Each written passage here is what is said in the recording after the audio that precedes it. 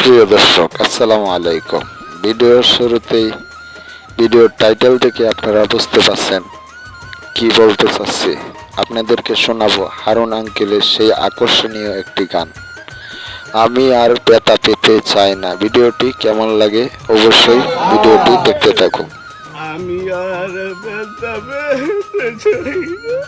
কষ্ট আরো কটা লাইন গাও। অনেক বেদনা ভরা আমার এই জীবন, আমি আর ব্যথা পেতে চাই না। অনেক কেঁদেছি আমি এই জীবনে, করুণার পেতে চাই না।